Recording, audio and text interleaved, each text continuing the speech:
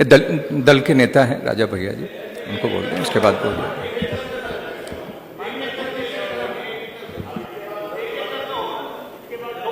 कि एक एक करके होगा, दल के नेता हैं। नहीं नहीं, ये नया वो नहीं, जो है उसके हिसाब से ही चलने दीजिए। बैठिए बैठिए बैठिए, इसके बाद राजा भैया। अधिष्ठाता महोदय,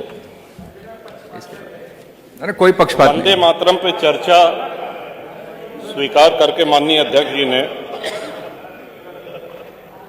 जो ऐतिहासिक काम किया है, इसका हम सभी लोग उनके प्रति आभार व्यक्त करते हैं, आभारी हैं। कुछ चीजें ऐसी हैं जो खुल के सामने आनी चाहिए। वंदे मातरम का महत्व, मेरे पहले माननीय अधिष्ठाता जी, कई माननीय विद्वान सदस्य बोल चुके हैं, मेरा प्रयास रहेगा कि उनकी बातों को दोहराया न जाए। वंदे मातरम किसी एक व्यक्ति के कहने पर, किसी एक व्यक्ति के लिखने पर राष्ट्रगीत नहीं बना। पूरी संविधान सभा ने यह निर्णय लिया कि वंदे मातरम राष्ट्रगीत होगा और जन गण मन ये राष्ट्रगान होगा। और संविधान सभा में कौन कौन से महानुभाव थे ये बताने की आवश्यकता नहीं, वो हमसे बहुत अधिक ज्ञानी, वो हम सब लोगों के आदर्श, एक से एक व्यक्तित्व, एक से एक विभूतियां उस संविधान सभा में थी। श्रीमन, आज थोड़ा कष्ट अवश्य हुआ। वंदे मातरम पे चर्चा कोई हास परिहास का विषय नहीं। वंदे मातरम सभी के लिए पूज्य है, सभी के लिए सर्वमान्य है, ऐसा हम लोग मान करके चल रहे थे। और जो लोग वंदे मातरम का गान करके फांसी पे चढ़ गए, बंकिम बाबू ने बंगाल में लिखा, लेकिन यह पूरे भारत में व्याप्त हुआ। श्रीमंत,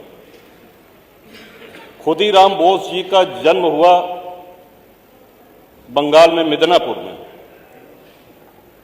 और उनको फांसी पे चढ़ाया गया मुजफ्फरपुर बिहार में। अंतिम शब्द उनके वंदे मातरम थे। मदन लाल ढींगरा अमृतसर पंजाब में जन्म हुआ, लंदन में उनको फांसी पर चढ़ाया गया, उनका अंतिम शब्द वंदे मातरम था। पंडित राम प्रसाद बिस्मिल जी शाहजहांपुर में जन्म हुआ, उनको फांसी पर चढ़ाया गया गोरखपुर में। वंदे मातरम अंतिम शब्द थे जो उनके श्रीमुख से निकले।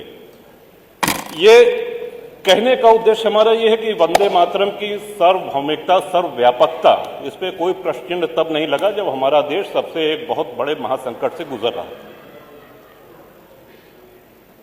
वंदे मातरम आगे चल के विवाद में आएगा या इसको विवाद का एक रूप दिया जाएगा, ये किसी ने कल्पना भी नहीं की होगी, चाहे उस समय के राजनीतिक दल हों, चाहे उस समय के स्वतंत्रता सेनानी हों। वंदे मातरम किसी धर्म, किसी मजहब के विरोध में नहीं है। और जैसा कि मैंने पहले ही निवेदन किया कि संविधान सभा ने इसको राष्ट्रीय गीत कहा है, हम सभी को वो सम्मान करना चाहिए। लेकिन इसी सदन में, अब अगर सदन की बात की जाए श्रीमन, तो पूरे भारत में जितने सदन, चाहे वो लोकसभा हो, चाहे राज्यसभा हो, चाहे उत्तर प्रदेश की विधानसभा हो, चाहे विधान परिषद हो, जब सत्र शुरू होता है, आरंभ होता है, तो वंदे मातरम के गान के साथ ही होता है। ये इसकी सर्वव्यापकता है। लेकिन क्या इसी सदन में कुछ ऐसे सदस्य नहीं हैं जो उस समय मौन रह जाते हैं? क्या ऐसे सदस्य नहीं हैं जो वंदे मातरम का गान होता है यहां न बैठ करके लॉबी में बैठे रहते हैं? सीसीटीवी में सब है, ये कोई काल्पनिक बातें नहीं। आज जो चर्चा हो रही है, वैदिक काल से श्रीमन हमने अपने राष्ट्र को मां माना है, मातृभूमि कहा है। विश्व में अनेक देश हैं, हर जगह देशभक्त हैं, वो अपने अपने राष्ट्र के प्रति, अपने देश के प्रति आस्था रखते हैं। लेकिन मां स्वरूप ये हम लोगों ने कहीं नहीं सुना कि जापान माता की जय, या ताइवान माता की जय, या अमेरिका माता की जय। ये भारत माता की जय, ये सिर्फ भारत में होता है, क्योंकि हमने आदिकाल से, अनादिकाल से मां का स्वरूप दिया और उसी मां ने हम सब लोगों का पालन पोषण भी किया। बंकिम बाबू के इस कालजयी रचना को पूरे भारत में स्वतंत्रता सेनानियों ने अपनाया, इतना लोकप्रिय हुआ, तब जाकर के इसको राष्ट्रगीत के रूप में संविधान सभा ने मान्यता दी। श्रीमान, एक और बात जो प्रश्न में छोड़ के जा रहा हूं, जो हमारी समझ में नहीं आ रहा है कि वंदे मातरम पे आपत्ति किसको है और क्यों है। एक और बात कही गई कि साहब दिल से गाना चाहिए, डंडा से नहीं। तो डंडा कोई नहीं चला रहा है, और दिल से गाना चाहिए, ये तो स्वाभाविक सी बात है कि आप अपने राष्ट्रगीत को दिल से नहीं गाएंगे तो क्या करेंगे। लेकिन ये उत्तर प्रदेश की विधानसभा के अंदर जो वार्ता होती है, जो शब्द बोले जाते हैं, जो भाषण होते हैं, ये पूरा प्रदेश ही नहीं पूरा देश देखता है। अब जब हम चुनाव लड़ने जाएंगे तो जो आदरणीय मतदाता हैं उनको भी ये ध्यान रखना होगा पूरे प्रदेश में कि कौन राष्ट्रगीत का गान करता है, कौन नहीं करता है, किसके मुंह पे ताला लग जाता है, कौन बैठा रह जाता है।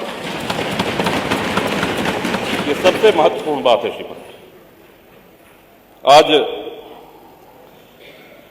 जो संविधान की दुहाई देते हैं, हम सब लोगों के लिए बहुत पुण्य ग्रंथ है संविधान। संविधान सर्वमान्य दस्तावेज है हमारे राष्ट्र का, और उसी संविधान सभा ने इसको राष्ट्रगीत का दर्जा दिया है। मैं आशा करता हूं कि हमारे बाद जो माननीय सदस्य बोलेंगे वो इस विषय को अवश्य इस पे प्रकाश डालेंगे कि वंदे मातरम पे आपत्ति किसको है और वंदे मातरम पे आपत्ति क्यों है। ये दो सीधे सरल सवाल, ये सदन में भी चर्चा होनी चाहिए इस पे, और श्रीमान आपके माध्यम से, सदन के माध्यम से पूरे प्रदेश में ये संदेश जाना चाहिए कि राष्ट्रगीत पे किसको। अब कल के दिन कह देंगे कि साहब ये वंदे जो है जनगण मन भी जो है ये कहीं भारत भाग्य विधाता, कहीं भारत को हम अपना भाग्य विधाता नहीं मानते हैं, इसको भी हटाओ, इसको भी नहीं गाएंगे, तब हम लोग क्या करेंगे।